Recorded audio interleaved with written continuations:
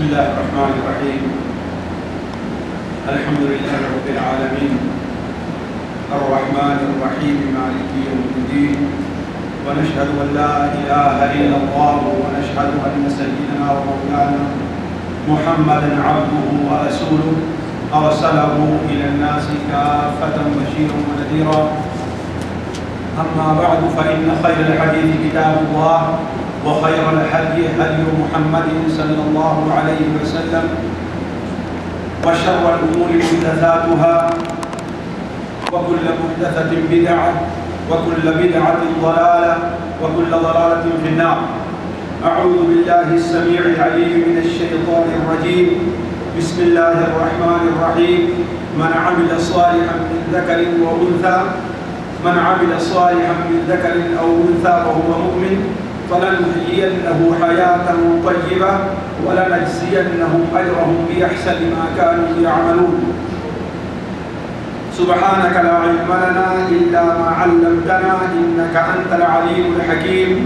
رب اشرح لي صدري ويسر لي أمري واحلل عقدة من لساني يفقهوا قولي واحلل عقدة من لساني يفقهوا قولي. عزیز ساتھیوں، دینی بھائیوں اور قابل احترام بہنوں اور بچیوں، السلام علیکم ورحمۃ اللہ وبرکاتہ۔ ایک شخص کوئی ایک چھوٹی سی نوکری کرتا ہے، اس نوکری سے اسے کھانے، پہننے، بچوں کی پرورش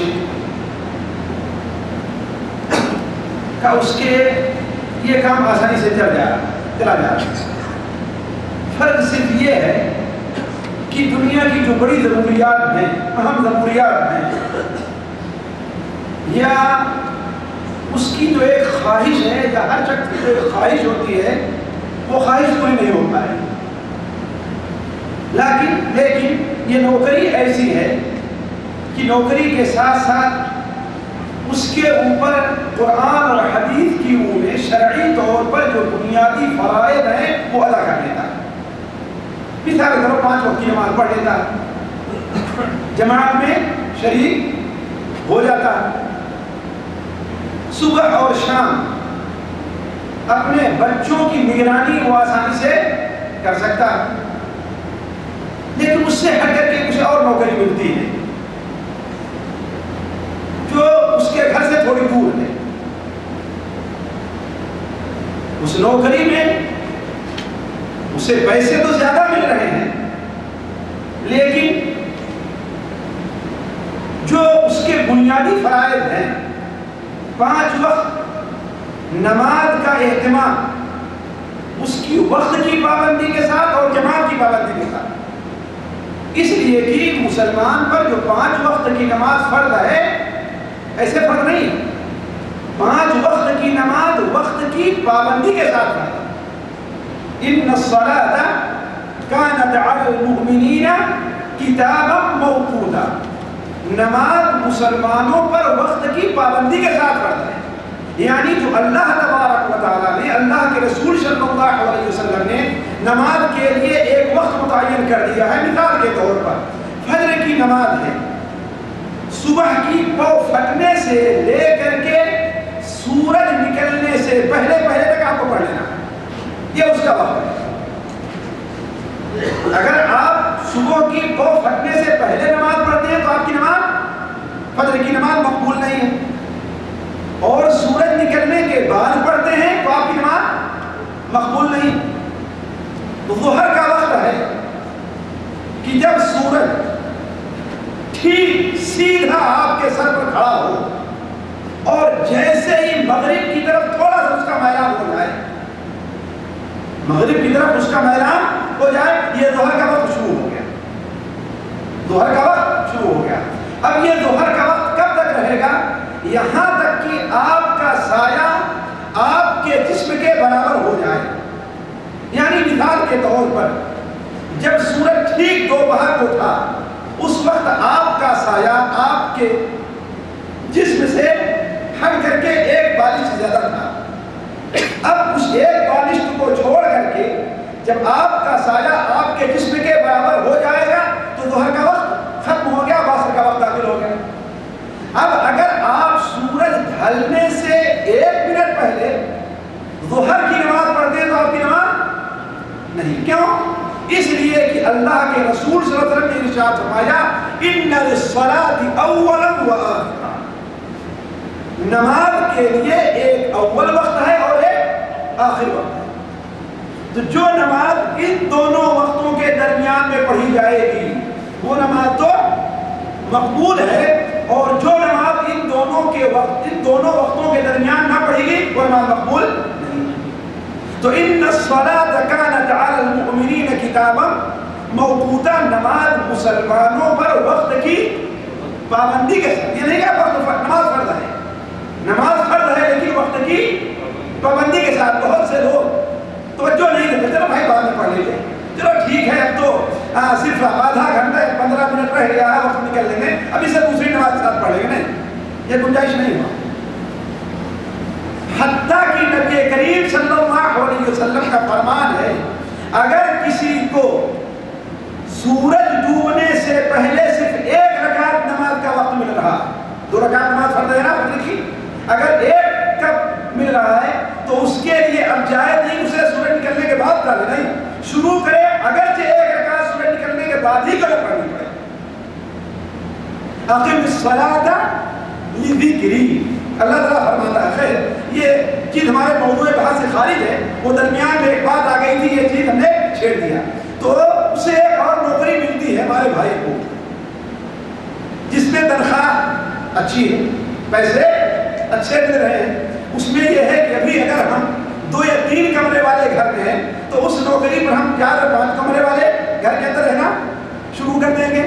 ہمارے بچے ایک ایسے اسکول میں پڑھ رہے ہیں جس کی فیس 5,000 ہے، لیکن ایک بڑا اسکول جو اس بڑا ہائی کلاس ہائی کوالٹی کا ہے، وہاں تعلیم اور ابھی اچھی ہے، لہذا ہمارے بچے اس کالج کے اندر پڑھنا شروع کر دیں گے، لہذا اس نوکری کو چھوڑ کر کے وہ دوسری نوکری قبول کر لیتا ہے.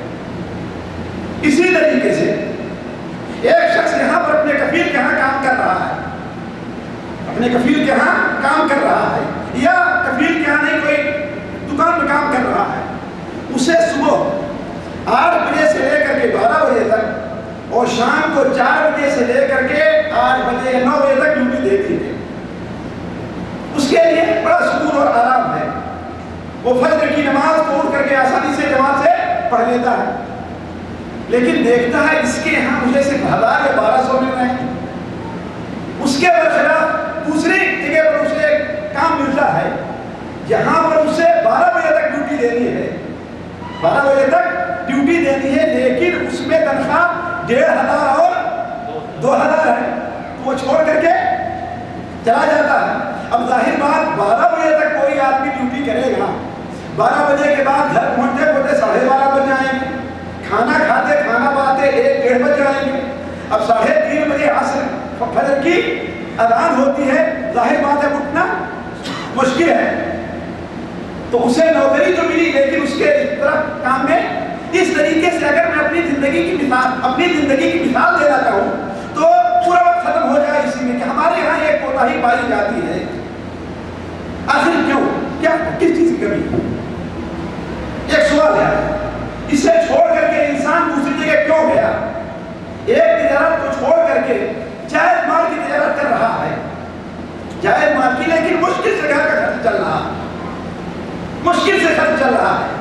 لیکن اسے کوئی کہتا ہے کہ اگر اس کے ساتھ ساتھ اس چیز میں تجارت کرنے لگو، اگر اس شرعی طور پر ناجائز ہے، چاہے ناجائز اصلی طور پر ہو یا اس میں کچھ ایسا طریقہ استعمال کیا جائے کہ وہ ناجائز، جس کی تجارت کر رہا ہے وہ چیز ہی ناجائز چیز ہو، یا جو طریقہ اختیار کر رہا ہے وہ ناجائز ہو. اب وہ دوسرا کام کرنے لگتا ہے، کیوں؟ تاکہ ہمیں مزید اور پیسے ملے. ایسا ہوتا ہی نہیں ہوتا ہمارے.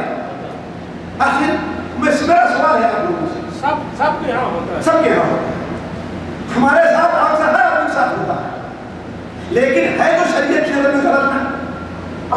یہاں ہم اس پر متفق ہیں کہ یہ ہوتا ہے اور ہر جگہ ہو رہا ہے، لیکن ظاہر بات اس پر بھی متفق ہے کہ شرعی طور پر یہ غلط ہے.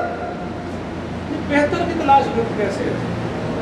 بہتر کی تلاش ہے کہ شرعی طور پر غلط ہے کہ نہیں ہے.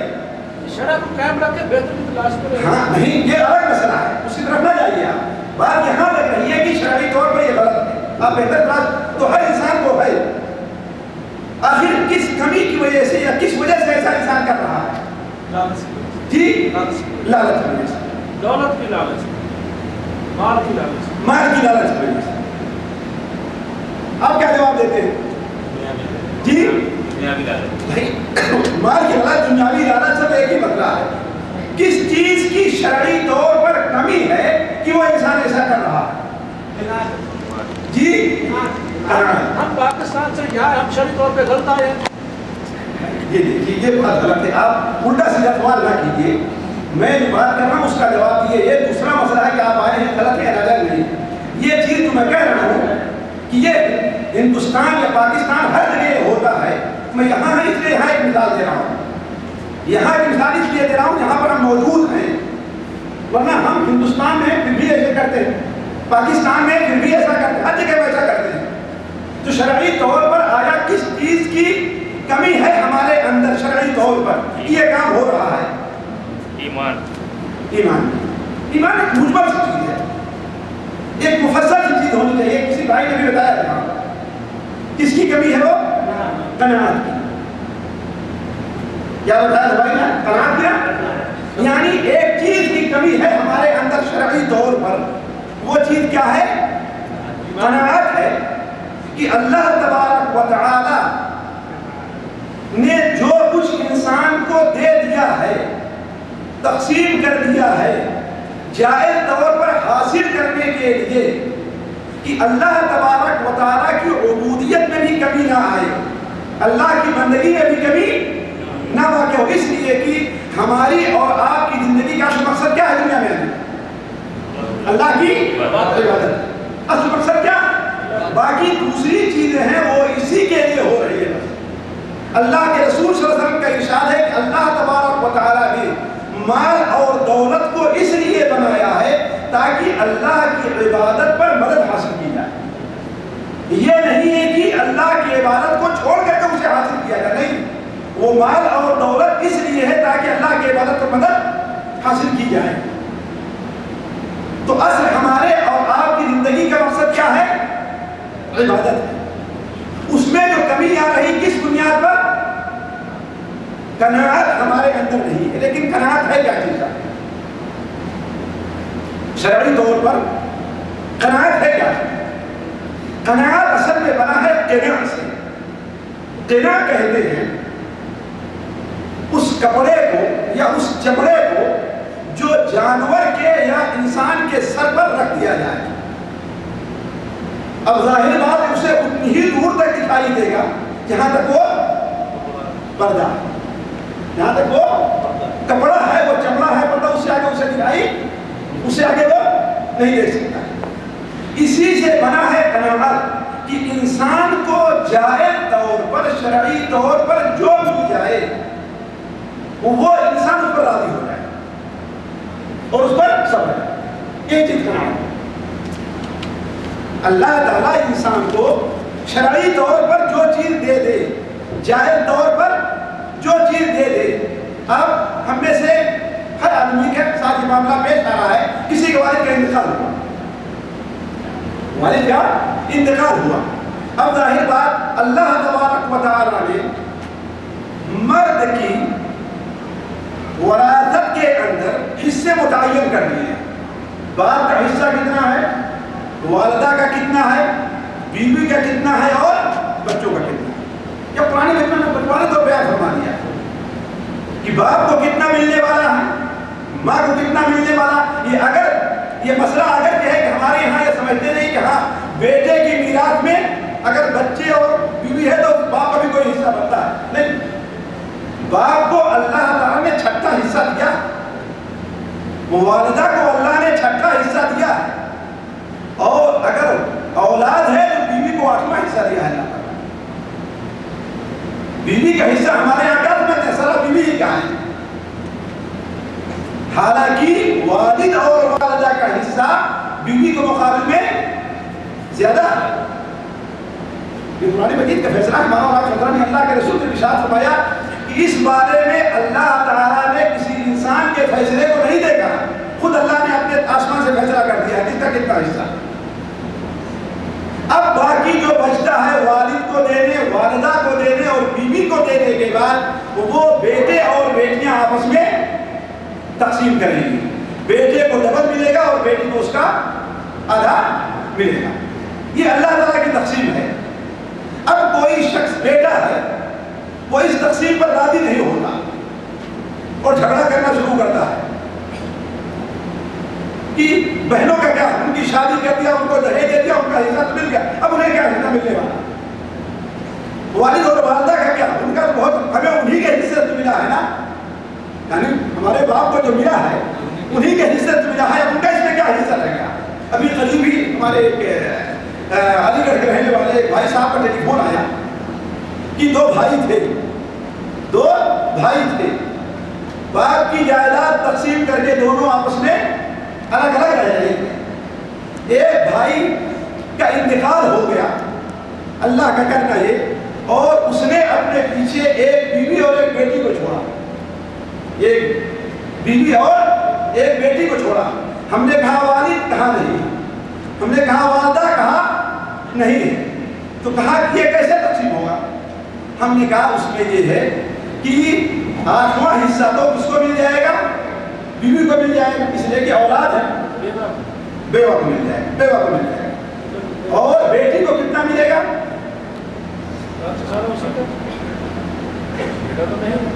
بیٹی کو آدھا ملے گا، بیٹی کو آدھا ملے گا، اور باقی جو حصہ بچا ہے وہ بھائی کو چلا جائے گا۔ جی ہاں، یہ قرآن کا فیصلہ ہے، یہ قرآن کا فیصلہ ہے کہ اس کی بیوہ کو کتنا ملا؟ 8واں ملا۔ کیوں؟ اس لیے کہ اولاد ہے، اور چونکہ نرینہ اولاد نہیں ہے، نرینہ اولاد نہیں ہے، صرف لڑکی ہے، اگر 2 لڑکی ہوتی تو دونوں باقی جو مال بچ رہا ہے اس میں کا 2/3 ان کو مل جاتا۔ 2 بیٹیاں ہوتی ہیں، 2 سے زیادہ بیٹیاں ہوتی تو، لیکن چونکہ ایک بیٹی ہے لہذا فلہا نصف ما ترک، اللہ تعالیٰ فرماتا ہے اسے جو کچھ چھوڑ کر کے جا رہا ہے اس میں کتنا حصہ ملے گا؟ آدھا ملے گا۔ اب باقی جو بچ رہا ہے، جو قریب سے قریب تر مرد ہوگا وہ اس کے حصے میں جائے گا۔ ظاہر بات ہے چونکہ باپ نہیں ہے، قریب سے قریب تر مرد کون ہے؟ اس کا بھائی ہے۔ اب وہ بھائی ہم سے مناقشہ کرنے لگے، ارے دونوں کی میراث تو تقسیم ہو چکی تھی بات کی۔ ہم نے کہا کہ ہماری آپ کی تقسیم نہیں، کس کی تقسیم ہے؟ اللہ تعالیٰ کی تقسیم ہے۔ اب کوئی یہ کہے کہ نہیں، بیٹی کے ماموں، بیٹی کے ماں اس پر آ جائے کہ نہیں بھائی کوئی فیصلہ کس کا ملے گا، جیسے بھائی جانے کا کس کا ملے گا، وہ سارا کس کو مل جائے گا؟ بیٹی کو۔ کیوں؟ اس لیے کہ اللہ تعالیٰ نے جو حصہ رکھا اس پر قناعت نہیں کیا، اس لیے لڑائیاں ہوتی ہیں، قتل ہو جاتے ہیں، یعنی اختلاف ہو جاتا ہے، آپس میں قطع تعلق سارا کچھ ہو جایا کرتا۔ کیوں؟ اس لیے کہ اللہ تعالیٰ کی تقسیم کے اوپر انسان قناعت نہیں کی۔ مولانا صاحب، اگر مرنے والا وصیت کر جائے کہ میرے مرنے کے بعد سارا مال میری بیٹی کو یا میری بیوی کو، آپ جانتے ہیں کہ 1/3 سے زیادہ مال کی وصیت جائز نہیں ہے۔ کوئی انسان اپنے پورے مال کی وصیت نہیں کر سکتا، ایک چیز۔ دوسری چیز، جس کا حصہ قرآن اور حدیث میں متعین ہے اس کے لیے وصیت نہیں کر سکتا۔ دونوں چیزیں سمجھیں گے۔ اللہ تعالیٰ، یہ اللہ کا فیصلہ ہے، اگر کہ ہم لوگ اس سے جاہل سمجھتے ہیں، توجہ نہیں دیتے، ہم یہ سمجھتے ہیں کہ شریعت صرف نماز پڑھ لینا اور روزہ رکھ لینا ہے، نہیں، یہ بھی شریعت ہماری بڑی اہم شریعت ہے۔ اولاً تو انسان کو اجازت نہیں ہے کہ اپنے پورے مال کے 1/3 حصے سے زیادہ کی وصیت کرے۔ اگر اللہ کے راستے میں خرچ کی، صدقہ کرنے کی، کسی کو دینے کی وصیت کرتا ہے تو صرف 1/3 کرے گا، اس سے زیادہ ایک چیز۔ دوسری چیز یہ ہے کہ جس کا حصہ شریعت میں متعین ہے، جیسے ماں ہے، باپ ہے، بیوی ہے، بیٹا ہے، بیٹی ہے، جن کے حصے شریعت میں متعین ہیں ان کے وصیت اس کے لیے کر سکتے ہیں جس کا حصہ شریعت متعین نہیں. تو لاکھ وصیت کر کے جائے وہ وصیت نافذ ہوگی ہی نہیں. وہ چیز وصیت نافذ نہیں ہوگی, اسے اختیار نہیں ہے. جیسے کہ ہم نے بیان فرمایا کیا کہ اللہ کے رسول صلی اللہ علیہ وسلم کا فرمان ہے کہ اللہ تعالیٰ نے میراث کی تقسیم کو کسی انسان کے اجتہاد یا خیال یا عقل پر نہیں رکھا ہے. اللہ نے وہ میراث کی تقسیم کیا کی ہے؟ خود ہی کر دی ہے. خود ہی وہ تقسیم اللہ تعالیٰ نے کر دی ہے. خیر, میں جو بات کہہ رہا تھا وہ پوری نہیں کر پاؤں گا. اس طرف آتے ہیں تمہارا اختصار کے ساتھ کہ اصل چیز کیا ہے؟ قناعت ہے. یہ اختلافات پیدا ہوئے, دین سے دوری پیدا ہوئی, دین کا کام نہیں کیا ہم نے, آپس میں لڑائی ہوئی, جھگڑے ہوئے, مار بلکہ بسا اوقات انسان خودکشی کر لیتا ہے, اپنی جان دے دیتا ہے. کیوں؟ اس لیے کہ وہ ایک شرعی دولت جو قناعت کی ہے وہ ہمارے اندر نہیں پائی. قناعت کی اللہ تبارک و تعالیٰ نے اور اللہ کے رسول صلی اللہ علیہ وسلم نے بڑی فضیلت بیان فرمائی. میں دو چیزیں آپ کے سامنے یا تین باتیں رکھوں گا. پہلی چیز تو یہ ہے کہ ساتھیوں, قناعت کی فضیلت قرآن اور حدیث میں کیا ہے. دوسری چیز یہ ہے کہ قناعت ہمارے اندر کس طریقے سے پیدا ہو, اور یہی اصل میرا مقصد ہے کہ ہم سوچیں ہم میں سے ہر انسان کی طرح کمی پائی جا رہی ہے. ہم ہیں, آپ ہیں, فلاں ہے, فلاں ہے, فلاں ہے. آخر ہمارے اندر قناعت کی دولت کیسے پیدا ہو سکتی ہے؟ اور اگر موقع رہا اس کے بعد تو ہم یہ دیکھیں گے کہ آیا قناعت کے منافی, قناعت کی ضد, قناعت کی اپوزٹ کیا کیا چیزیں ہیں, ورنہ وہ چیز عام طور پر سامنے آ جائے گی, اس کی وضاحت کی خاص ضرورت نہیں رہے گی. لیکن جو دو چیزیں بڑی اہم ہیں وہ یہ ہے قناعت کی شریعت کی اصطلاح میں کیا اہمیت, شریعت کے اندر کیا اہمیت ہے, اور دوسری چیز جو زیادہ توجہ جس پر میں دوں گا وہ یہ ہے کہ آخر ہمارے اندر قناعت کس طریقے سے پیدا ہو سکتی ہے. دیکھیں پہلی بات, اللہ تبارک و تعالیٰ نے قناعت کرنے والے اور قناعت اختیار کرنے والے کو حقیقی سعادت مند انسان قرار دیا کہ حقیقی سعادت, خوش قسمتی اگر کسی کو حاصل ہے, خوشگوار زندگی کسی کو حاصل ہے, تو اس شخص کو حاصل ہے جسے اللہ تبارک و تعالیٰ قناعت کی دولت سے نواز رہا ہے. اللہ کے رسول صلی اللہ علیہ وسلم کا اللہ تبارک و تعالیٰ کا ارشاد ہے, من عمل صالحا من ذکر و انثی وهو مؤمن, جو نیک عمل کرے مرد ہو یا عورت, جو ایمان ہے اور نیک عمل کرے مرد ہے یا عورت, تو ہم اسے خوشگوار زندگی دیں گے. مفسرین کہتے ہیں خوشگوار زندگی سے مراد یہاں کیا ہے کہ اللہ تبارک و تعالیٰ اگر کوئی شخص صحیح طور پر ایمان لے آئے اور صحیح طور پر نیک عمل کرنا شروع کر دے تو اللہ تعالیٰ اسے قناعت کی دولت دے دیتا ہے. تو اس کا مطلب قناعت کی دولت جو ہے وہ کیا ہے؟ انسان کے لیے خوشگوار زندگی.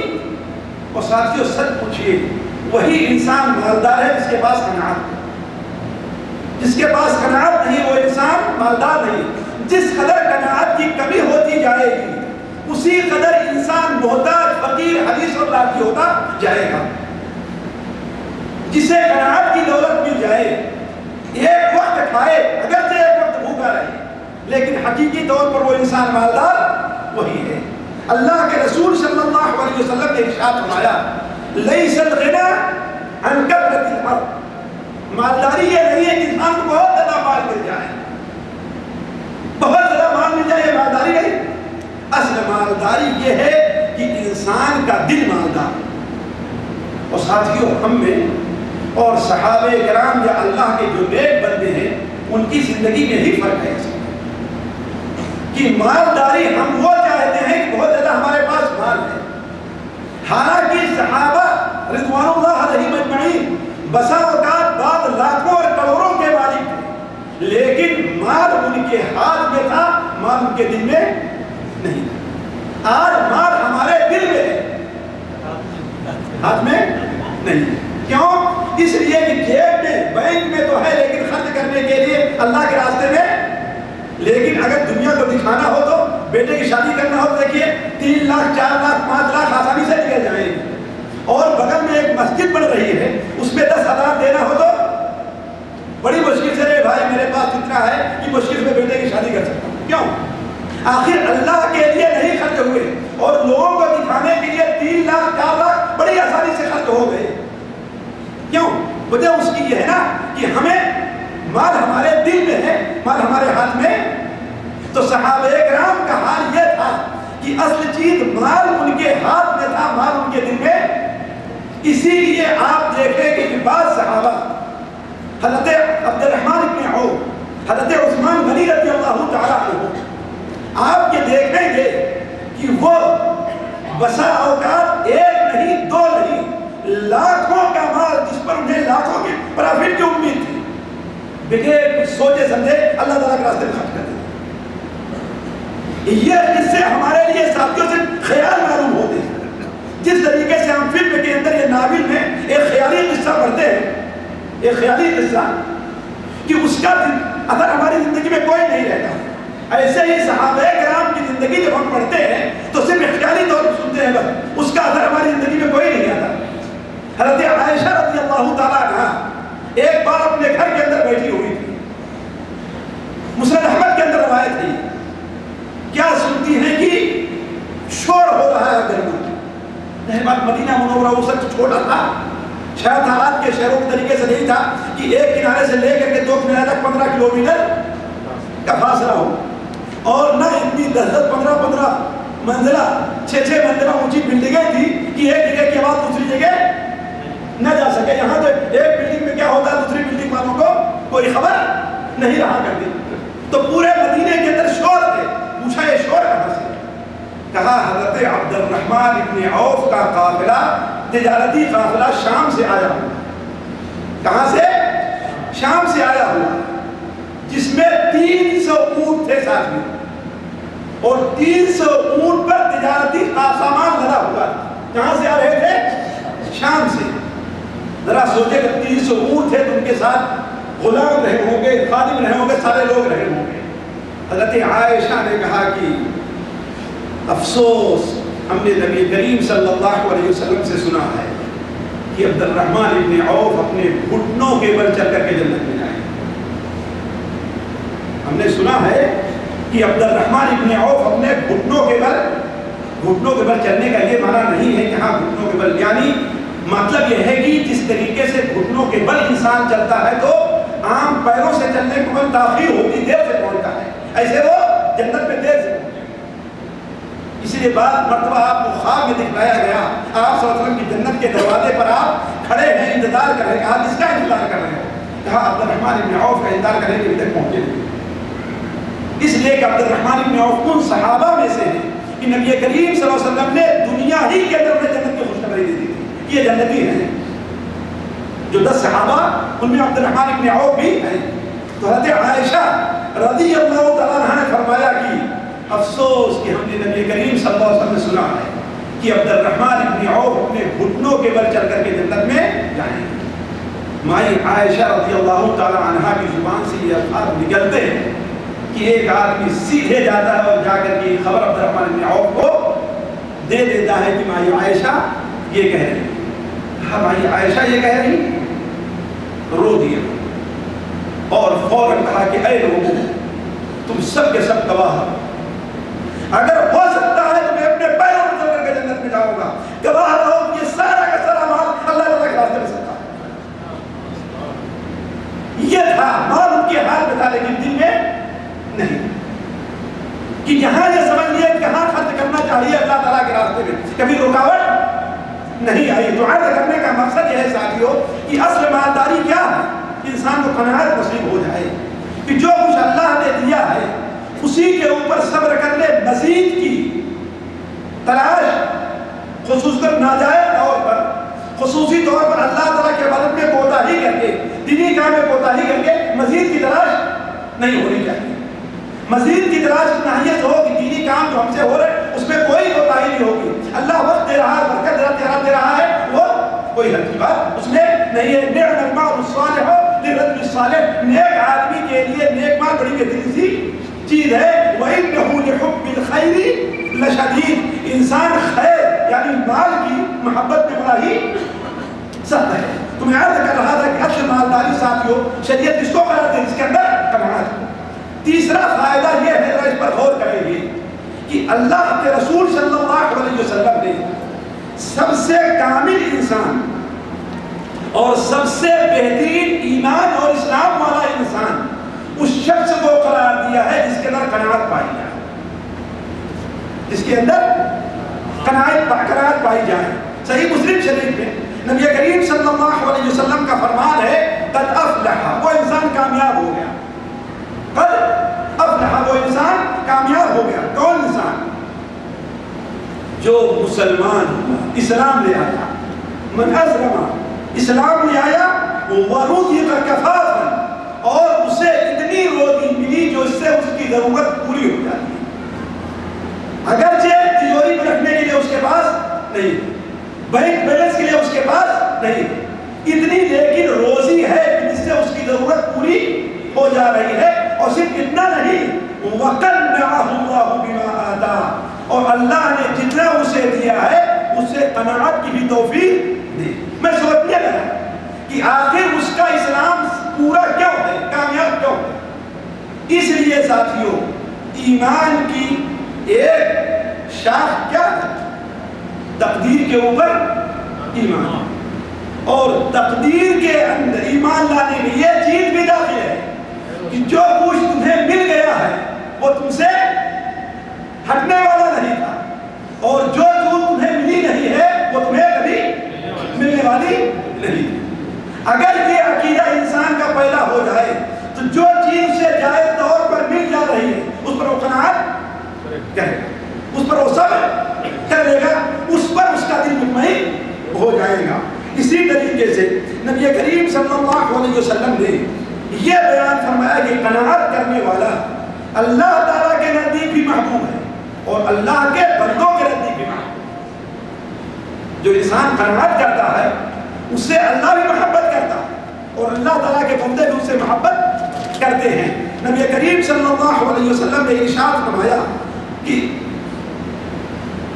کیا میں تمہیں ایسا کوئی عمل نہ بتلا دوں کہ وہ عمل تم کر لو تو اللہ تم سے محبت کرنے لگے اور اللہ کی مخلوق تم سے محبت کرنے لگے۔ ایک شخص آتا ہے اور کہتا ہے اے اللہ کے رسول صلی اللہ علیہ وسلم، مجھے کوئی ایسا عمل بتائیے کہ جس سے اللہ تعالیٰ مجھ سے محبت کرنے لگے۔ آپ نے بیان فرمایا میں تمہیں وہ عمل بتلا رہا ہوں کہ اگر تم وہ عمل کر لو تو اللہ تم سے محبت کرے گا اور اللہ کی مخلوق بھی تم سے محبت کرے گی۔ آپ نے بیان فرمایا اذهب فی الدنیا یحبک اللہ، دنیا کی محبت تمہارے دل میں نہ رہے، اللہ تم سے محبت کرے۔ دنیا سے زہد تمہارے اندر پیدا ہو جائے، اس لیے کہ سوچے کہ دنیا ہے کیا۔ ابھی اللہ ہم آ کر کے آتے ہوئے بات کر رہے تھے، آتے ہوئے ہم لوگ بات کر رہے تھے کہ ایک ہم سے بڑے عزیز ہمارے نزدیک نیک اور صالح بڑے اچھے ملنے والے 7 سال تک اپنا گھر بناتے رہے۔ کتنا؟ 7 سال تک بناتے رہے، لیکن 1 سال اس گھر میں نصیب نہیں ہوا۔ 1 سال نصیب نہیں۔ ابھی مشکل سے 1.5 مہینہ پہلے ایکسیڈنٹ ہو گیا اور ان کا انتقال۔ اور اگر کوئی شخص یہ کہتا کہ ان کا ایکسیڈنٹ ہو گیا تو کوئی ماننے کے لیے تیار نہیں۔ اتنے محتاط تھے گاڑی چلانے میں، اتنے محتاط تھے کہ ایک بار انہوں نے مرسیڈیز گاڑی خریدی اور وہ گاڑی خراب اس لیے ہو گئی کہ جو اسپیڈ مرسیڈیز کو چاہیے وہ چلاتے نہیں، جس اسپیڈ سے اسے چلنا چاہیے وہ چلتے نہیں، اس لیے وہ گاڑی خراب ہو گئی۔ لیکن ان کا انتقال ہوا کس میں؟ ایکسیڈنٹ میں۔ اس لیے کہ کوئی ضروری نہیں کہ انسان کا ایکسیڈنٹ اپنی ہی غلطی سے، بسا اوقات انسان کا ایکسیڈنٹ دوسرے کی غلطی سے ہو جا رہا۔ ٹینکر جا رہا تھا دودھ کا، کسی طریقے سے وہ کھل گیا اپنے وہ ہیڈ سے، وہ پیچھے جا رہے تھے، وہ آ کر کے ان کی ویسے پہ آ گیا، ان کا انتقال۔ اللہ ان کے اوپر رحم، بڑے نیک آدمی تھے، اللہ بڑے نیک آدمی بڑے۔ تو یہی ہے، یہ ہے ساتھیوں دنیا کہ انسان کتنے پیسے جمع کیے رہے ہوں گے اس کے لیے، کتنے 7 سال تک ساتھیوں ہم لوگ دیکھ رہے تھے، بلکہ ہنستے تھے ان کے اوپر۔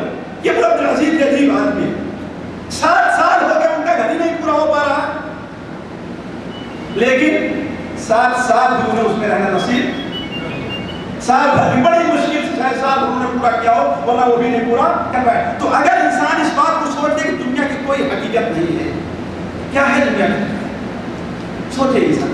اللہ کے رسول صلی اللہ علیہ وسلم نے ارشاد فرمایا کہ اگر یہ دنیا اللہ تعالیٰ کے نزدیک مچھر کے پر کے برابر بھی حیثیت رکھتی تو اللہ تعالیٰ اپنے ناشکرے کو، کسی کافر کو اس دنیا سے ایک قطرہ پانی پینے کو بھی نہیں دیتے.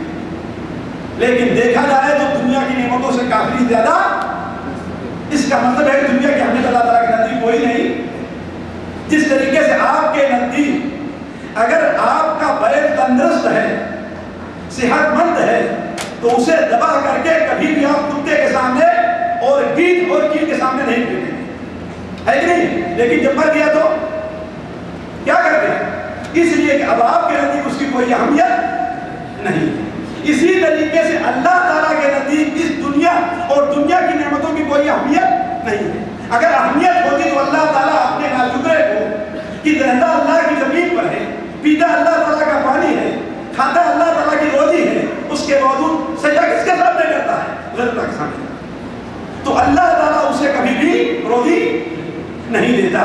تو خیر اللہ کے رسول نے ارشاد فرمایا دنیا سے بے رغبت ہو جاؤ تو اللہ تعالیٰ تم سے محبت کرے. اور دوسری چیز کیا ہے؟ لوگوں کے پاس جو کچھ ہے اس سے تم مایوس ہو جاؤ. یعنی جو کچھ تمہیں ملا اس پر تم قناعت کر لو، اور لوگوں کے پاس جو ہے مانگ کر کے، چھین کر کے، ناجائز طریقے سے حاصل کرنے کی کوشش نہ کرو. اگر تمہاری یہ کیفیت ہو گئی تو تم سے لوگ محبت کرنے لگیں.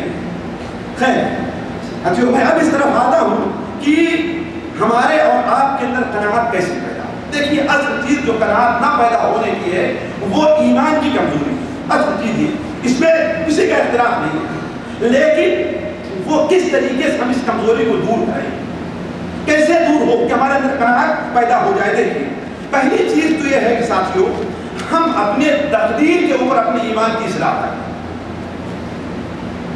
اس لیے کہ اگر کسی شخص کا ایمان تقدیر کے اوپر نہیں ہے تو وہ انسان پکا مومن نہیں. بہت سی چیزیں جو کوتاہی ہم سے ہوتی ہیں وہ تقدیر پر، چونکہ ہمارا ایمان صحیح نہیں ہے، ہمارا ایمان تقدیر پر مجمل طور پر، تفصیلی طور پر ہمارا ایمان تقدیر پر نہیں ہے. ہم یہ جانتے ہیں کہ جو کچھ ہماری قسمت میں ہوگا وہ ملے گا، اور جو ہماری قسمت میں ہے وہ نہیں ملے گا. اس کے باوجود اگر ہم سے کوئی شخص ناجائز طور پر 10 روپے بھی لے لیتا ہے تو ہم پریشان ہو جاتے ہیں. یہ بات صحیح کہ نہیں صحیح؟ مثال کے طور پر آپ کوئی سودا خریدنے گئے، یہ گھڑی ہے، یہ گھڑی آپ 150 ریال میں خرید کر کے لے کر کے آئے تو کوئی شخص کہتا ہے کتنے میں لیا آپ نے؟ 150. کہاں سے لیا؟ فلاں دکان سے. اللہ کے بندے تمہیں بڑی مہنگی ملی ہے، فلاں دکان پر 100 ریال میں مل رہی ہے.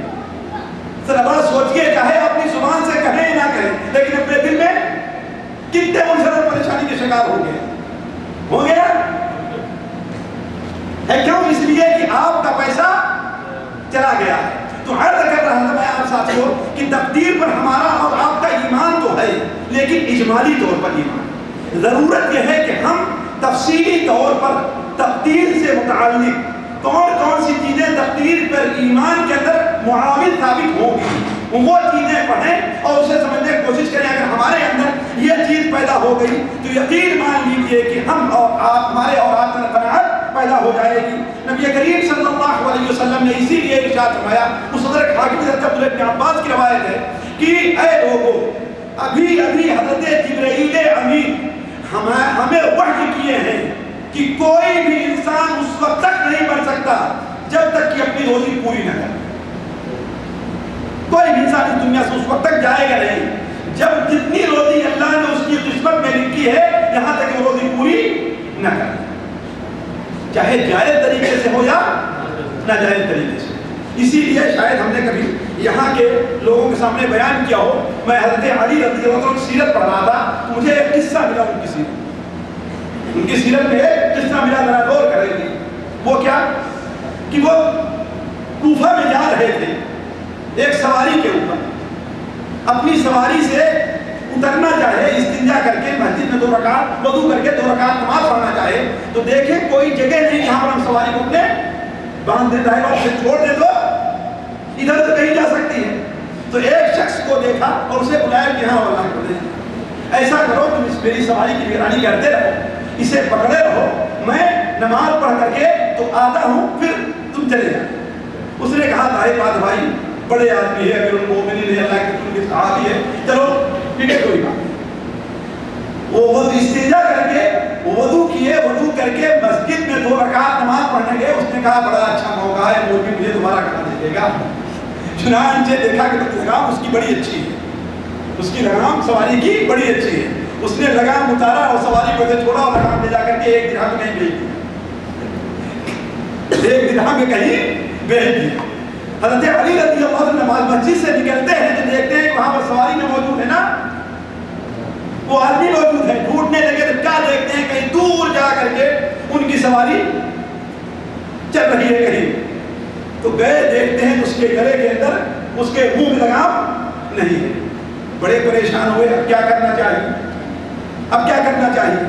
علی کل حال اپنی سواری کس طریقے سے پکڑا، گئے بازار میں کہ ہم وہی اپنی لگام خرید لیں، تو کیا دیکھتے ہیں کہ ان کی جو لگام ہے دکان کے اوپر وہ لٹک رہی ہے۔ وہ یہاں سے لے کر کے گیا وہاں بیچ دیا۔ کہا یہ کون؟ کہا ابھی ایک آدمی سے 1 درہم میں بیچ کر کے گیا ہے۔ کہا اچھا مجھے یہاں اور 1 درہم تم دے دو۔ تو کیا کہتے ہیں؟ کہا کہ اس بیوقوف نے جلد بازی کی، ہم نے سوچا تھا کہ میں اسے جب فارغ ہوگا تو 1 درہم دے دوں گا، 1 درہم اس کو دے دوں۔ دیکھیے 1 درہم اسے ملنے والا تھا، لیکن اس نے جلد بازی کی، جائز طریقے سے حاصل کرنا ناجائز طریقے سے حاصل کیا۔ ساتھیوں واللہ میں متعدد ایسے قصے اخبارات میں پڑھتا رہتا ہوں، ایسے ذرا آپ بھی اگر اس کے اوپر غور کریں تو حقیقت آپ کے سامنے واضح ہو جائے گی۔ مثال کے طور پر ایک شخص نے اپنے باپ کو قتل کر دیا، کیوں؟ تاکہ بینک میں جو پیسہ رکھا ہے اس کی میراث جلدی اسے مل جائے، لیکن چونکہ اس کی قسمت میں نہیں ہے، حقیقت کھل جاتی ہے، وہ جیل میں چلا جاتا ہے کہ نہیں؟ اور بسا اوقات یہ ہوتا ہے کہ ایک شخص کو اس کا باپ اسے عاق کر دیتا ہے، اسے محروم کر دیتا ہے، اس کا انتقال ہو جاتا ہے اگر جو محروم کیا ہے، لیکن چونکہ اس کا سوچ ہے، اس کا زور چلتا ہے، لہذا وکیل سے اور جج سے مل کر اپنا حصہ وہ حاصل کرنا۔ تو جو جس کی قسمت میں ہے، یہ تقدیر کے اندر ہماری لکھا ہوا ہے، وہ اسے مل ہی کر کے رہے گا۔ تو آپ نے بیان فرمایا کہ اللہ تعالیٰ فرماتا ہے کہ جس انسان، کوئی بھی انسان اس وقت تک اس دنیا سے نہیں جائے گا جب تک اپنی روزی اس دنیا سے پوری نہ کر لی۔ تو کہا اے لوگوں، اگر کسی کو روزی ملنے میں تاخیر ہو رہی ہے تو اسے حرام ذریعے سے حاصل نہیں۔ آپ نے کیا بیان فرمایا؟ اگر تاخیر ہو رہی روزی ملنے میں تو اسے حرام ذریعے سے حاصل نہ کرے۔ کیوں؟ اس لیے کہ اللہ تعالیٰ کی جو نعمت ہے وہ حرام ذریعے سے نہیں حاصل کی جا سکتی۔ تو عرض کرنے کا مطلب تقدیر کے اوپر اگر ہمارا آپ کا ایمان ہو جائے تو ہمارے اندر قناعت پیدا ہو جاتی ہے۔ دوسری بات جس سے ہمارے اندر قناعت پیدا ہوگی وہ چیز کیا ہے کہ اللہ تبارک و تعالیٰ پر توکل اور بھروسہ ہے۔ ساتھیوں جس طریقے سے اللہ تعالیٰ نے ہمارے اعضاء، جسم، ہاتھ اور پیر ہیں، ان کی عبادات رکھی ہیں، اسی طریقے سے اللہ تعالیٰ نے ہمارے دل کے بھی کچھ عبادات رکھی ہیں۔ اس لیے ساتھیوں میں برابر کہتا ہوں کہ عبادت کس کی کرنی چاہیے؟ صرف اللہ تعالیٰ۔ اگر اللہ کی عبادت میں کسی کو شریک کیا گیا تو یہی شرک ہے۔ لیکن مشکل یہ ہے کہ ہم میں سے بہت سے لوگ سمجھتے ہیں کہ عبادت ہے کیا، یہ نہیں سمجھتے عبادت ہے۔ ساتھیوں عبادت 4 طرح کی ہے، اس کو سمجھنے کی کوشش کرنی ہے۔ ہم سے جس عبادت کا مطالبہ ہے وہ 4 طرح کی عبادات ہیں۔ کچھ عبادتیں ہمارے دل کی ہیں کہ وہ عبادت دل سے کی جائے گی، کچھ عبادتیں ہماری زبان کی ہیں، کوئی عبادت زبان سے کی جائے گی، کچھ عبادتیں ہمارے مال کی ہیں کہ وہ عبادت مال کے ذریعے کی جائے گی، اور کچھ عبادتیں ہمارے اعضاء، ہاتھ، پیر، پیٹ، پیٹھ کی ہیں، سر کی ہیں، جسمانی عبادت وہ زبان جسم سے کی جائے، اور یہ 4 قسم کی عبادتیں صرف اور صرف اللہ کے لیے ہونی چاہیے۔ مثال کے طور پر انسان کے دل کی عبادتیں کیا ہیں؟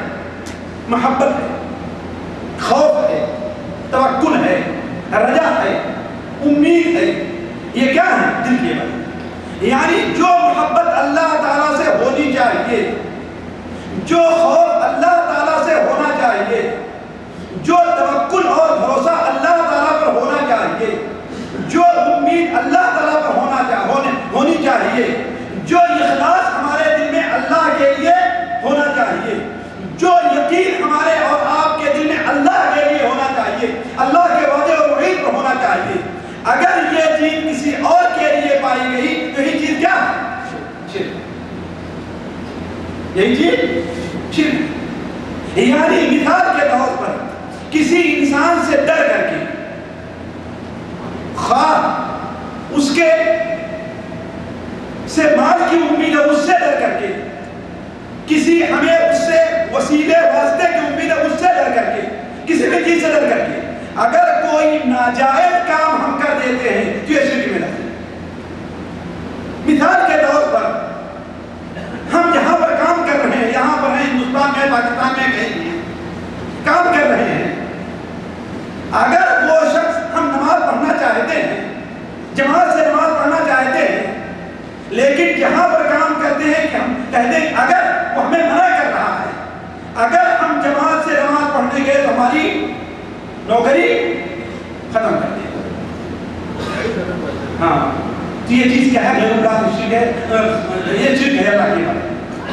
اس لیے کہ یہ خوف صرف اور صرف اللہ تعالیٰ سے ہونا چاہیے. ایک عالم نے بڑی بہترین مثال دی، بڑی بہترین مثال دی، ذرا اس کو سنیں کہ ایک بڑے وزیر کو، منسٹر کو آپ دعوت دے رہے ہیں، یا وہ کہتا ہے اچھا ہاں فلاں دن میں تمہارے یہاں آؤں گا، اور آپ کا کوئی کام بیٹے کے داخلہ کا ہو، کسی کیس کا ہو، کسی زمین کا ہو، کسی بھی چیز کا ہو، وہاں پر اٹکا ہوا ہے اس آفس میں، اور آپ جانتے ہیں کہ اگر یہ چاہے گا تو اللہ تعالیٰ کے فضل کے بعد یہ کام ہو جائے گا. وہ آتا ہے آپ کے پاس، لیکن آپ کے پاس اتنی استطاعت نہیں کہ اس کے لیے ایک بکرا ذبح کر دیں، یا آج سے 50 سال پہلے اس طرح مرغا ذبح کر دیں. بڑی اہمیت رہتی تھی مرغے کی. آج تو خیر سب سے سستا مال کیا ملتا ہے؟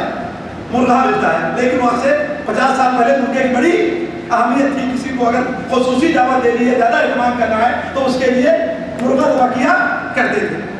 آپ کا استطاعت نہیں ہے، اتنے پیسے نہیں ہیں، لیکن آپ سوچتے ہیں کہ اگر ہم نے اس کا یہ احترام نہیں کیا، اس کے لیے مرغا ذبح نہیں کیا تو میرا کام درمیان میں اٹک جائے گا پورا. اب آپ اس لیے اگر مرغا ذبح کر رہے ہیں تو یہ اللہ تعالیٰ کے بارے میں شرک، اللہ تعالیٰ اس لیے کہ آپ کو یقین ہونا چاہیے. لیکن وہی مرغا اگر آپ اس لیے ذبح کریں کہ اللہ کے رسول صلی اللہ علیہ وسلم نے ہر انسان کو اس کے مقام اور مرتبے کے مطابق اس کی قدر کرنے اور اس کی مہمان نوازی کا ہمیں حکم دیا. انزل الناس منازلہم، لوگوں کو ان کے مقام میں رکھو، ہر آدمی کو اس کے مقام میں رکھو. ظاہر بات ہے ایک آپ کے چچے کا لڑکا آپ کے یہاں آ رہا ہے، اس کے احترام کی اور کیفیت، وہ چچا ہی آ جائے تو ہے گا صحیح نہیں سے اور کیفیت ہوگی. آپ کا بھائی آ رہا ہے اور اس کی کیفیت ہوگی، اور آپ کے والد آ جائیں تو انزل الناس منازلہم، یہ شریعت کا حکم ہے. اگر آپ اس نیت سے مرغا ذبح کر رہے ہیں، محنت کر کے، کوشش کر کے کہ اللہ کے رسول نے ہمیں حکم دیا ہے کہ ہر انسان کو اس کے مقام میں رکھا جائے. ظاہر بات ہے منسٹر صاحب نے، وہ جج ہے، ان کا مقام یہ نہیں ہے کہ ہم ان کے لیے 1 کلو گوشت یا دال روٹی پیش کر دیں، ان کا مقام اور ہے. دیکھیے اب صرف نیت کا فرق ہے، کوئی انسان اس پر فیصلہ نہیں کر سکتا. فیصلہ کون کرے گا؟ یوم تبلی السرائر، جس دن ڈھیر لوگوں کے ظاہر ہوں گے اللہ تعالیٰ فیصلہ کرے گا تم نے یہ کام کس نے کیا. لیکن کرنے والے کو یہ سوچنا چاہیے کس نیت سے کر رہا ہے. تو کہنے کا مطلب یہ ہے کہ دل کی عبادتیں ہیں، غیر اللہ سے محبت، جو محبت اللہ تعالیٰ سے ہونا چاہیے، جو خوف اللہ سے ہونا چاہیے، جو توکل، جو بھروسہ، جو امید اللہ سے ہونا، اگر کسی اور سے ہوتی ہے شرک. زبان کی عبادت کیا ہے؟ فریاد رسی ہے، دعا ہے، یہ زبان کی عبادتیں ہیں. پناہ طلب کرنا ہے. اگر کسی اور سے دعا مانگی گئی جس طریقے سے اے اللہ میرے اوپر رحم فرما، اے اللہ میری روزی میں برکت عطا فرما، اگر یہ کسی اور سے ہم کہتے ہیں، چاہے کوئی نبی ہے یا ولی ہے، تو تو یہی اللہ تعالیٰ کی عبادت میں شرک. مال کی عبادت ہے. زکوٰۃ کیا ہے؟ صدقہ خیرات مال کی عبادت ہے. قربانی دینا کس کی عبادت ہے؟ مال کی عبادت ہے. اگر ہم یہی بکرا اور مرغا کسی اور کے نام پر لے جا کر کے ذبح کریں تو مال کی عبادت کو ہم نے عبادت میں شرک کیا ہے. سجدہ ہے, رکوع ہے, روزہ رکھنا ہے, طواف کرنا ہے, یہ جسم کی عبادت ہے. اگر یہ عبادت اللہ کے لیے نہیں کسی اور کے لیے کی گئی تو کہنے کا مطلب یہ ہے ساتھیوں کہ کچھ عبادتیں جس طریقے جسم کی ہیں دل کی ہیں, انہی میں توکل ہے.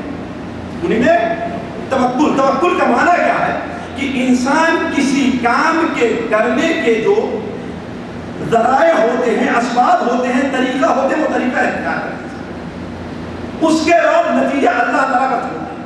یہ توکل ہے. جیسے حضرت علی رضی اللہ تعالیٰ عنہ نے یہ نہیں کیا کہ اللہ پر توکل کر کے اپنی سواری کو چھوڑ دیا. کیا کیا؟ یہ بھی داخل ہے کہ سواری کے رہنے کا انتظام کیا جائے. تبھی تو ایک صحابی آ کے سوال کرتے ہیں اللہ کے رسول صلی اللہ علیہ وسلم میں اپنی سواری کو اسے چھوڑ دوں اللہ پہ توکل کروں کہ یا کہ باندھ کر کے اللہ پر توکل کروں؟ آپ نے کہا اعقل وتوکل علی اللہ, پہلے اپنی سواری کے باندھنے کا انتظام کرو پھر اللہ تعالیٰ پر توکل کرو. یعنی آپ علاج کے جو ظاہری اسباب ہیں وہ اسباب استعمال کیجیے, پھر اس کے بعد شفا پر اللہ تعالیٰ پر توکل کیجیے. لیکن یہی چیز انسان اگر غیر اللہ کے لیے کہ روزی کیوں دیتا ہے, روزی کے بارے میں اللہ تعالیٰ پر توکل ہونا چاہیے, تنخواہ کے بارے میں اللہ تعالیٰ پر توکل ہونا چاہیے. اب اگر انسان اپنے اندر حقیقی توکل پیدا کر لے تو جتنا اللہ تعالیٰ نے دیا ہے اس کے اوپر وہ راضی, اس کے اندر قناعت پیدا ہو جائے گی. تیسری چیز جس سے ہمارے اور آپ کے اندر قناعت پیدا ہو سکتی ہے وہ موت کو یاد کرنا. کہ انسان سوچے کہ آج ہم یہ کام ناجائز طور پر کر رہے ہیں روزی حاصل کرنے کے لیے, پتہ نہیں ہم اسے استعمال کر بھی پائیں گے. بھائی کتنے ڈاکو ہیں مارے جاتے ہیں نہیں مارے, کتنے چور ہیں پکڑے جاتے ہیں نہیں پکڑے جاتے ہیں, کیوں؟ ناجائزی طریقے سے ہے. تو یہ سوچے کہ ہم اسے حاصل کرنے سے پہلے اپنی موت کو یاد کر لیں کہ موت کا کوئی بھروسہ نہیں ہے, کس وقت موت آ جائے یہ کوئی بھروسہ نہیں ہے. تو اگر انسان موت کو یاد کر لے تو اللہ تعالیٰ اس کے اندر جو کچھ اللہ نے دیا ہے توکل وہ اس کے اوپر توکل کر سکتا ہے.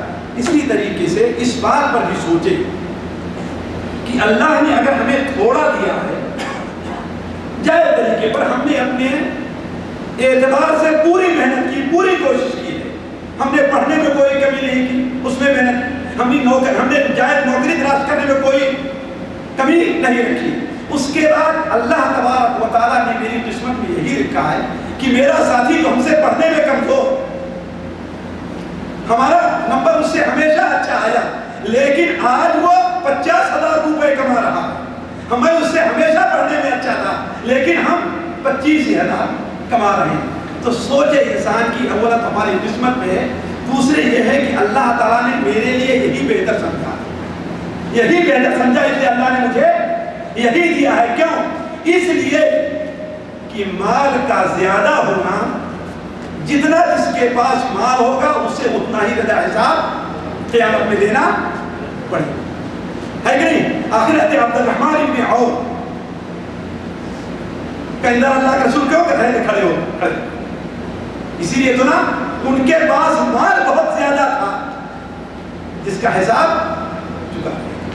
تو انسان یہ سوچے کہ جتنا اس کے پاس کب رہے گا مال, ظاہر بات یہ چیز صرف سوچتے سے نہیں بلکہ اپنے اندر کوشش کرے کہ یہ چیز پیدا ہو, اللہ کے رسول کی حدیثیں پڑھے, قرآن پڑھے, یہ سوچے ان باتوں کو, یعنی کوشش کرے کہ یہ چیز اس کے اندر پیدا ہو جائے. تو یہ سوچے کہ جتنا ہی کم مال ہوگا اتنا ہی بہتر ہمارے حساب کے لیے ہوگا. نبی کریم صلی اللہ علیہ وسلم نے ارشاد فرمایا کہ انسان دو چیزوں کو ناپسند کرتا ہے حالانکہ دو چیزیں اس کے لیے بہتر ہیں. انسان دو چیز کو ناپسند کر رہا ہے اور یہ دونوں چیزیں اس کے لیے بہتر ہیں. وہ دو چیزیں کیا ہیں ناپسند کرتا ہے؟ انسان موت کو ناپسند کرتا ہے اور موت اس کے لیے بہتر ہے. کیوں؟ اگر مومن ہے تو اللہ تعالیٰ سے منحصر ہے کہ نہیں؟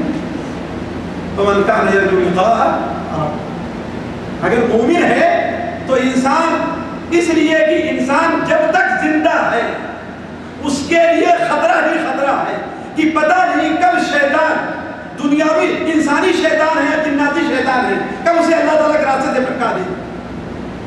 اللہ کے رسول صلی اللہ علیہ وسلم حدیث صحیح بخاری شریف میں ہے کہ بسا اوقات ایک انسان اپنی زندگی بھر جنت میں جانے کا کام کرتا رہتا ہے، یہاں تک کہ اس کے اور جنت کے درمیان صرف ایک ذرا کا فاصلہ رہے گا، تو وہ جہنم میں جانے کا کام کر دیتا ہے۔ وہ آپ لوگ کہیں گے یہ کیسے ہو سکتا ہے؟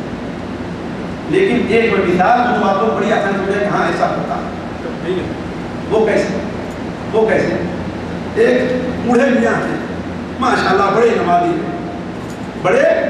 نمازی ہیں، پرہیزگار ہیں، حج بھی کیا ہے، نماز بھی پڑھتے ہیں، لیکن ان کے 3 یا 4 بیٹے ہیں، 4 بیٹے، جو 3 بیٹے بڑے ہیں وہ کیا ہے ماشاءاللہ اچھی نوکری میں اچھی طرح کما رہے ہیں، کھا رہے ہیں اور پی رہے ہیں، لیکن جو چھوٹا بچہ ہے ابھی یا وہ تو عقل سے تھوڑا سا کمزور ہے۔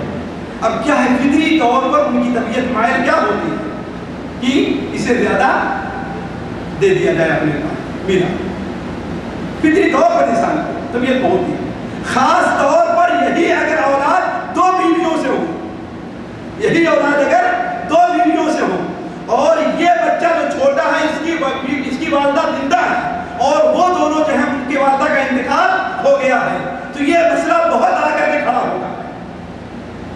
جیسا آپ نے 60 سال تک انسان جنت میں جانے کا کام کرتا ہے، لیکن جب مرنے کا وقت ہوتا ہے تو میراث میں گڑبڑی کر دیتا ہے اور جہنم۔ تو ساتھیوں انسان یہ سوچے، تو اللہ کے رسول صلی اللہ علیہ وسلم نے ارشاد فرمایا 2 چیز ہیں انسان جس کو ناپسند کرتا ہے، حالانکہ وہ دونوں اس کے لیے بہتر ہیں۔ پہلی چیز کیا ہے؟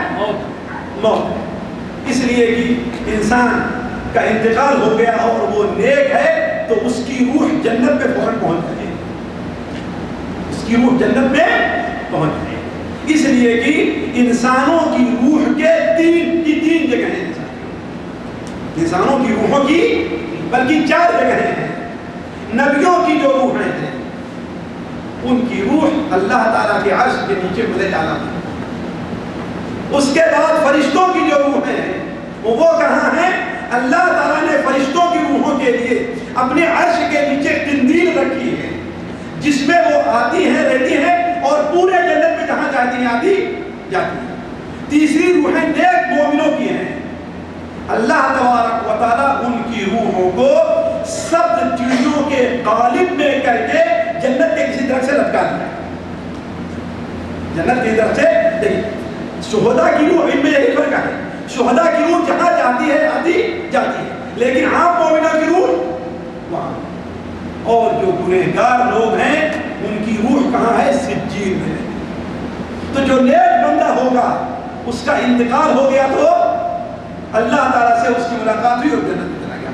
دوسری چیز کیا ہے؟ انسان پسند نہیں کرتا ہے کہ اس کے پاس کم مال ہو، وَيَكْرَهُ قِلَّةَ الْمَالِ، انسان کم پیسے کو کم مال کو پسند کرتا ہے۔ ہر آدمی چاہتا ہے میرے پاس زیادہ مال ہو جائے، جائیداد ہمارے پاس بہت زیادہ رہے، بینک بیلنس ہمارے پاس رہے، اور اس کے پیسے بہانے بھی ہمارے پاس ہیں، بچوں کی پڑھائی کا ہے، بچوں کے مستقبل کا ہے، اور یہ ہے اگر ہم جوان ہیں ہمارے پاس پیسے ہیں، بوڑھے ہو گئے تو آپ جمع کرتے ہیں وہی چل کر کے ہم کھائیں گے، 50 بہانے انسان کے پاس ہیں۔ تو اللہ کے جو بیان فرماتے ہیں کہ کم مال کو انسان پسند کرتا ہے، لیکن یہ کم مال اس کے لیے حساب کے لیے دیتا ہے، جب اس کا حساب لیا جائے گا تو اس کا حساب بھی کم ہوگا۔ اسی لیے حدیث شریف میں آیا، صحیح مسلم شریف میں ہے کہ مسلمانوں کے جو فقراء ہیں، بشرطے کہ مسلمان نیک اور صالح ہوں، جو فقراء ہیں وہ مالداروں سے 50,000 سال پہلے جنت میں جائیں گے۔ وہ جا رہے ہوں گے، اللہ تعالیٰ کہے گا حساب تو دو، کہیں گے اللہ تعالیٰ ہمارے پاس ہے کیا تمہیں حساب؟ دنیا میں ایک وقت کھاتے تھے، ایک وقت بھوکے رہتے تھے۔ چلیے تیسری چیز یا چوتھی چیز، نہیں پہلی چیز کیا تھی؟ توکل، تقدیر پر ایمان، دوسری چیز توکل، تیسری چیز موت، چوتھی چیز آخرت میں حساب کے لیے کم، اور پانچویں چیز انسان غور کرے کہ اس سے اس کے اندر قناعت پیدا ہوگی کہ جو کچھ اللہ نے دیا ہے اس کے اوپر راضی ہو جائے کہ اللہ بس آپ کو ہمیں یعنی ہر ایک کا دوسرے سے تعلق ہے، لیکن میں تھوڑی سی سمجھنے کے لیے وضاحت کر دیتا ہوں. جو کچھ اللہ نے دیا ہے اس کے اوپر انسان راضی ہو جائے. بھائی میری قسمت میں یہی پریشان نہ ہمیں یہی نوکری ملنی تھی جیسے کہ ہم نے مثال دیا ہے، کوئی بات ہمیں یہی نوکری ملی. اسی لیے نبی کریم صلی اللہ علیہ وسلم اس بات کی دعا کرتے تھے کہ اللہ تعالیٰ ان کے اندر ظاہر بات آپ کو ہمیں تعلیم دے رہی تھی کہ ہمیں جو کچھ اللہ تبارک و تعالیٰ دے رہا ہے ہم اس کے اوپر راضی ہو جائیں.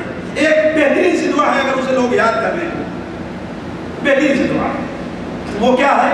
اللہم انی اسألک الصحة والعفة والعمانة وصدق الحدیث والرضا بالقدر. اے اللہ تعالیٰ ہم آپ سے صحت کا سوال کرتے ہیں، عفت اور پاکی کا اسے محفوظ رکھا، کسی کے سامنے اپنا ہاتھ پھیلائیں. وصدق الحدیث ہم سچ بولیں، والامانت ہمارے اندر امانت پیدا ہو، اور جو کچھ آپ دیے ہیں اس کے اوپر راضی. اگر انسان کے اندر یہ چیز پیدا ہو جائے کہ جو کچھ اللہ نے اسے دیا ہے اس پر راضی ہو جائے تو اللہ اس سے بڑا مالدار کوئی آدمی نہیں، اس سے بڑا مالدار کوئی نہیں. ہر حال میں راضی، بریدہ راہ تو مزہ دے، دنیا ہی میں بیٹھے ہوئے جنت کی فضا دے، تو انسان اس پر راضی ہو جائے. اور آخری چیز ساتھیوں، آخری بات آپ ہی کہتے جائیں، کوئی بات نہیں. آخری چیز ساتھیوں، واللہ اس پر توجہ دیں. آخری چیز یہ ہے کہ اللہ تبارک و تعالی نے انسان کو ایک ایسی چیز عنایت فرمائی ہے کہ اس کا مقابلہ دنیا کی کوئی چیز نہیں کرتی، جبکہ ہم اس کی طرف سب سے آگے میں آتے ہیں. ہم اس کی طرف سب سے آگے میں، ہر طرف سے جب مجبور ہو جائیں گے تو اس کی طرف ہم آئیں گے. حالانکہ وہ سب سے پہلے ہونا چاہیے. وہ چیز کیا ہے؟ دعا. اللہ تعالیٰ نے دعا کا جو دروازہ کھول دیا ہمارے اور آپ کے لیے کہ دنیا کے سارے دروازے بند ہو جائیں، لیکن بندے اور اللہ کے درمیان اس دروازوں کا قیمت نہیں. اللہ کے رسول صلی اللہ علیہ وسلم کے ارشاد ہے کہ دعا انسان کے لیے اس چیز میں بھی مفید ہے جو مصیبت انسان کے اوپر آ چکی ہے، اور اس میں بھی مفید ہے جو مصیبت انسان کے اوپر بھی آئی نہیں. ایک حدیث میں بیان فرمایا کہ جب بندہ دعا کرتا ہے اور اس کے اوپر کوئی مصیبت آنے والی ہوتی ہے تو یہ دعا اوپر جاتی ہے، اور مصیبت اوپر سے آ رہی ہوتی ہے تو وہ دعا اس کے ساتھ ٹکرا جاتی ہے اور برابر اس سے لڑتی رہتی ہے یہاں تک کہ مصیبت کو بندے سے دور کرتی ہے. ساتھیوں یہ غیبی چیزیں ہیں، نبی کریم صلی اللہ علیہ وسلم ایمان لانے میں یہ چیز بھی داخل ہے. اگر کہ ہماری حق وہ اسے نہ سمجھے، ہم نے جو علم پڑھا ہے اگر کہ اس کی بنیاد اس کی کوئی تفسیر نہ کر سکے، لیکن یہ حقیقت ہے. ہم دعا کی طرف کب آتے ہیں؟ جب ہر ناجائز وسیلے استعمال کر لیں گے تو، خواہ اعلان کے سلسلے میں ہو، روزی کے سلسلے میں ہو، کسی اور چیز کے سلسلے میں نہیں. جہاں پر اللہ تبارک و تعالی نے ہمیں اسباب کے استعمال کا حکم دیا ہے وہیں پر یہ بھی حکم دیا ہے کہ ہم دعا کرنا نہ بھولیں. نبی کریم صلی اللہ علیہ وسلم غزوہ بدر کے موقع پر 313 صحابہ کرام کو لے کر کے میدان میں کافروں کے سامنے کھڑے ہو جاتے ہیں، کافروں کے سامنے کھڑے ہو جاتے ہیں. اور لڑائی کرنے سے پہلے، یہ نہیں کہ جب لڑائی شروع ہو گئی تو ہارنے لگے دعا کرنے گئی، لڑائی شروع کرنے سے پہلے آپ اللہ تعالیٰ کے سامنے ہاتھ پھیلاتے ہیں کہ اے اللہ تعالیٰ اگر آج یہ چھوٹی سی جماعت ہلاک کر دی گئی تو تیری عبادت اس دنیا میں نہیں کی جائے. تو یہ سب سے پہلے جو چیز ہونی چاہیے اللہ تعالیٰ سے توفیق کی دعا، روزی موسعت کی دعا، صحت کی دعا، عافیت کی دعا، امن کی دعا، ہر چیز کی دعا. یہ ہمارے ہر کام کے ساتھ ساتھ ہونا چاہیے. انسان مولوی کے پاس دم چڑھانے کب جاتا ہے؟ جب ڈاکٹر سے مایوس ہو جاتا ہے. ہے بات صحیح کہ نہیں صحیح ہے کہ نہیں؟ ارے بھائی بہت کچھ کر لیا ہے نا، اب کوئی فائدہ نہیں، چلو دیکھتے ہیں اس کو بھی آزما لیتے ہیں. وہ بھی آزمانے کے لیے یقین نہیں رہتا. تو عرض کرنے کا مقصد یہ ہے ساتھیوں کہ ہم اور آپ، ہم میں ہر گنہگار ہے، ہر شخص مال کے پیچھے دوڑ رہا ہے، ہر شخص کے اندر حرص اور لالچ بھری پڑی ہے. تو جہاں یہ طریقے استعمال ساتھ اللہ تعالیٰ سے دعا کریں کہ اللہ تعالیٰ ہمارے اندر قناعت کرے. یہ دعا کرنی چاہیے. اور نبی کریم صلی اللہ علیہ وسلم کی ایسی دعائیں ہیں, آپ نے کوئی چیز چھوڑا نہیں اگر ہم سمجھیں. ایسی دعائیں ہیں نبی کریم صلی اللہ علیہ وسلم. چنانچہ ایک دعا ہے جو مستدرک حاکم حضرت عبداللہ ابن عباس سے ہے کہ آپ صلی اللہ علیہ وسلم نے ارشاد فرمایا اللہم قنعنی بما رزقتنی وبارک لی فی. غور کریں, اللہم قنعنی بما رزقتنی, اے اللہ تعالیٰ آپ نے ہمیں جو روزی دی ہے اسی پر مجھے قناعت عطا وبارک لی فی, اور اس میں برکت دی. ساتھیوں اس دنیا میں اگر آپ تجربہ کریں, ایک آدمی ہے وہ ہم سے کم تنخواہ, اس کی ہم سے اولاد اس کی زیادہ, لیکن اس کی زندگی ہم سے آرام سے گزرتی ہے کہ نہیں بات صحیح؟ لیکن ایک آدمی ہے ہم سے بہت زیادہ کماتا ہے, اس کی اولاد بھی ہم سے کم ہے, لیکن اس کی زندگی بڑی تنگی. کیوں؟ اللہ تعالیٰ برکت نہیں. واللہ ہم نے اپنی زندگی میں ایسے ایسے لوگوں کو بھی دیکھا ہے کہ روزانہ چھوٹی اپنی تجارت میں 40-50 ہزار کا فائدہ تو کوئی معمولی چیز, لیکن شام آتے ہیں تو ان کی جیب میں کچھ رہتا نہیں. یہ کیا اللہ تعالیٰ کی برکت نہیں؟ ایسا بھی ہم نے لوگوں کو دیکھا کہ ان کے پاس 200 عامل ہیں اور ہر عامل سے 200 ریال مہینے کا لیتا ہے. پر اب دیکھ کتنا اس کو مہینے مل رہا ہے جی, بتائیے آپ لوگ پڑھے لکھے کتنا ملا اس کو؟ 200 ہر عامل سے لے رہا ہے, 200 عاملوں سے. اور پھر صاحب کتنا مل رہا ہے اس کو؟ 40,000. لیکن واللہ اس کے بعد اپنا گھر نہیں, اپنا گھر اس کے بعد نہیں, اور اس کے پاس اپنی بیوی تھی. کہیں جا کے مگر دور سے شادی کر کے تو اسے کوئی ایپلیکیٹ نہیں دیا. کیوں؟ بے برکتی. بسا اوقات میرے سامنے کے اتنے فائدے کے باوجود کبھی وہ گزرے کے اندر کنویں کا معاملہ خراب ہو گیا, کبھی گاڑی کا ایکسیڈنٹ ہے, کبھی کچھ ہے, کبھی کچھ ہے, کبھی کسی نے دعویٰ کر کے اس کے اوپر اتنے پیسے لے لیے تو ہوتا ہے. تو ساتھیوں یہ دعا کرنی چاہیے کہ یہ نہیں کہ اللہ ہمیں دے, اللہ ہمیں جو کچھ میں برکت عطا فرما. تو اللہم بارک لی فیما رزقتنی وقنعنی فی. اور اگر جو شیخ نے کہہ دیا, لیکن ایک اور آخری بات جو بڑی اہم میں اس کو بھول گیا تھا, وہ یہ ہے کہ انسان ساتھیوں ہمیشہ ہمیشہ ہمیں اپنے سے نیچے والے کو دیکھے اوپر والے کو دیکھے. قناعت کب پیدا ہوگی؟ جس کے پاس 90 ماڈل گاڑی ہے وہ یہ نہ دیکھے کہ وہ 205, 206, 207 ماڈل گاڑی لے چل رہا ہے, وہ یہ دیکھے کسی پاس سائیکل نہیں ہے, سوچے دیکھے اس کو. اور جو سائیکل پر چل رہا ہے وہ یہ نہ دیکھے کہ فلاں آدمی کے پاس گاڑی ہے, وہ کیا دیکھے کہ کچھ لوگ تو ایسے ہیں جو بیچارے پیدل چل رہے ہیں. اسی پر اور بہت سی چیزوں کو آپ قیاس کر لیجیے, بہت چیزوں کو قیاس کر لیجیے. اسی لیے نبی کریم صلی اللہ علیہ وسلم نے حضرت ابو ذر کو یہ وصیت کی تھی, اے ابو ذر ہمیشہ اپنے سے نیچے لوگوں کو دیکھنا ہے, اپنے سے اوپر والوں کو نہ دیکھو. کیوں؟ جب اوپر والوں کو دیکھو گے تو اللہ تعالیٰ کی جو نعمت تمہارے وہ اس کی نہ قدر کرو گے, تمہارے اندر حرص پیدا ہوگا. اور جب نیچے والوں کو جو اللہ تعالیٰ کی نعمت کا شکر ادا کرو گے قناعت پیدا, تو انسان یہ دیکھے اپنے سے نیچے والوں کو, اپنے سے اوپر والوں کو نہ دیکھے. اللہ تعالیٰ سے دعا ہے کہ اللہ تعالیٰ ہمیں اور آپ کو قناعت کی دولت سے نوازے. خصوصی طور پر ہم یہ کوشش کریں کہ اللہ کے رسول صلی اللہ علیہ وسلم کی زندگی کا خصوصی مطالعہ کریں, اس لیے کہ آپ سے بڑا مالدار, آپ صلی اللہ علیہ وسلم سے بڑا خوش نصیب, اللہ تعالیٰ نے آپ سے بڑا محبوب کوئی نہیں رہا ہوگا. لیکن یہ دیکھیں کہ 3 مہینہ گزر جاتے ہیں آپ کے گھر میں آگ کھلانے. تو آپ صلی اللہ علیہ وسلم کی زندگی کو, صحابہ کرام کی زندگی کو دیکھیں.